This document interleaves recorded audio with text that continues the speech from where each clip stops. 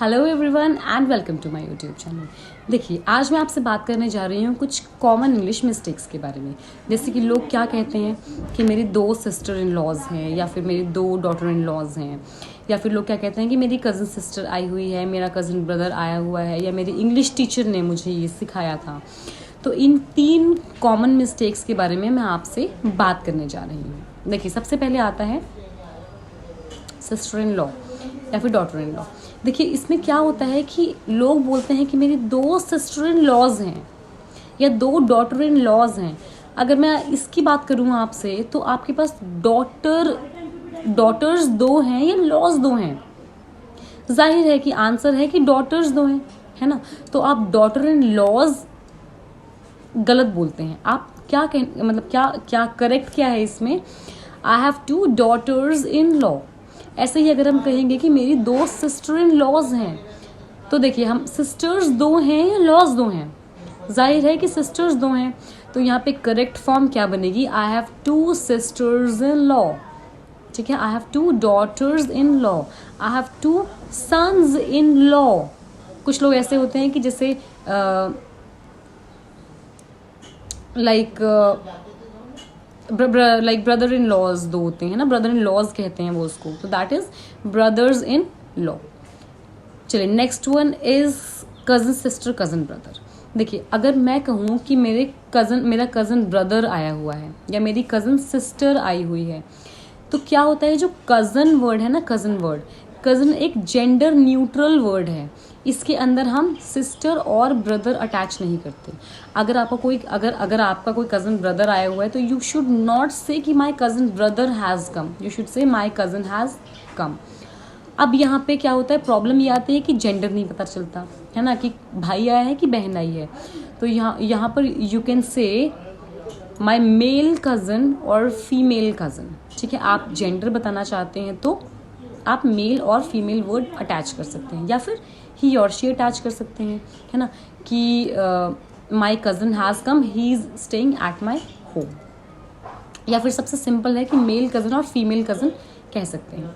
ठीक है, कि I am going to my male cousin's wedding, I am going to my female cousin's wedding party. ठीक है, या फिर my female cousin will accompany me to the theatre. तो cousin is a gender neutral word. इसके साथ sister या brother नहीं लगता। इसका मतलब ये होता है कि आपके ममेरे, चचेरे, फुफेरे और जितने भी भाई बहन हैं, ये सारे वो होते हैं। Next one is English teacher. देखिए, इंग्लिश टीचर, जैसे हम बोलते हैं कि हमारे ऊपर ना इंग्लिश पीपल ने राज किया। इंग्लिश पीपल का मतलब क्या हुआ? मतलब ये जो इंग्लिश लोग हुए, ये कौन थे? ये वो लोग थे, they were having their roots back in England. मतलब वो लोग जो कि इंग्लैंड से आए थे। ठीक है, अगर मैं कहूँ कि मेरी इंग्लिश टीचर ये कहती है, इंग्लिश टीचर का मतलब वो टीचर जो कि इंग्लैंड से आई है। जैसे मैं कहूँ चाइनीज़ टीचर एक काम करता है इस इंस्टीट्यूट में, इस स्कूल में, तो मतलब वो टीचर जो चाइनीज़, मतलब चाइना से आया है। पर अगर मैं ये कहना चाहती हूँ कि एक टीचर जो कि चाइनीज़ पढ़ाता है वो यहाँ पर आया है, तो we should say the teacher of Chinese. ठीक है, अगर मैं कहूँ कि इंग्लिश टीचर है, इंग्लिश टीचर का मतलब वो टीचर जो इंग्लैंड से आया है।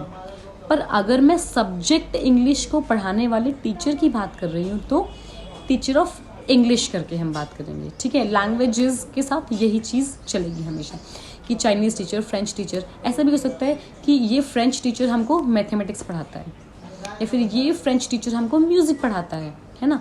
फ्रेंच टीचर का मतलब वो टीचर जो फ्रांस से आया है।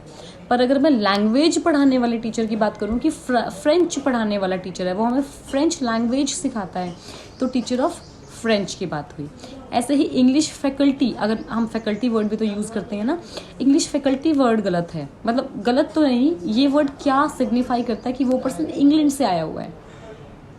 लेकिन अगर आप इंग्लिश पढ़ाने वाली फैकल्टी के बारे में बात कर रहे हैं, तो फैकल्टी ऑफ इंग्लिश आएगा इसमें।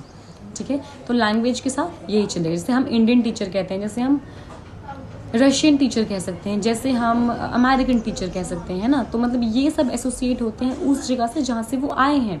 चाइनीज़ टीचर चाइना से आया होगा, अमेरिकन टीचर अमेरिका से आया होगा, लेकिन अगर वो टीचर आपको चाइनीज़ पढ़ा रहा है पर वो यहीं का है तो teacher of Chinese, teacher of English, teacher of Russia, या फिर teacher of like Russian, teacher of Russian language, Russian हुई ना, या फिर टीचर ऑफ लाइक फ्रेंच।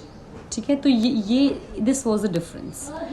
तो this was all for today's video. Thank you so much and stay tuned.